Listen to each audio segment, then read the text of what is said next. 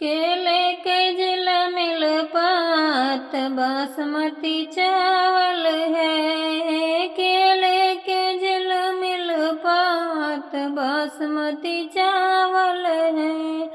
जब समधी साले एक चावल छोड़बा, जब समधी साले एक चावल छोड़बा, काट लेबै दुई नौगाल बासमती चावल है। काट लेबै दुई नौगाल बासमती चावल है।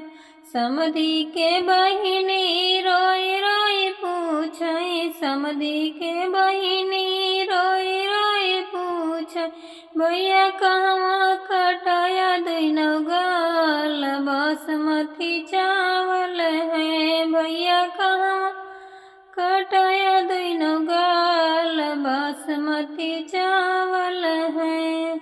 गईले रहे हम बरतिया ये बहिनी, गईले रहे हम बरतिया ये बहिनी, उहाँ ही कटायो दुई नौगाल बासमती चावल है। अरे उहाँ ही कटाया दुई नौगाल बासमती चावल है।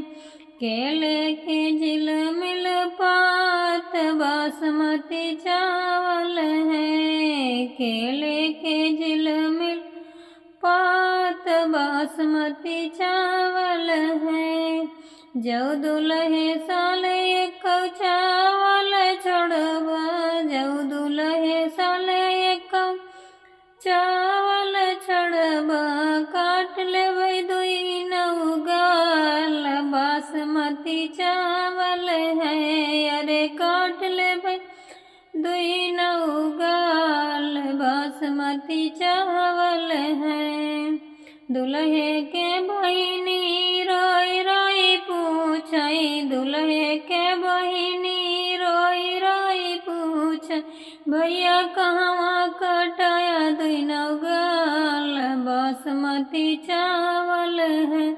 भैया कहवा कटाया दुई नौगाल बासमती चावल है।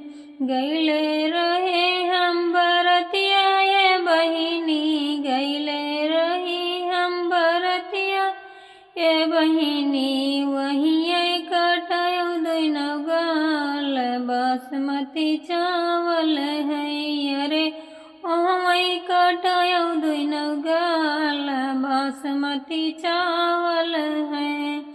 केले के जिल मिल पात बासमती चावल है। केले के जिल मिल पात बासमती चावल है।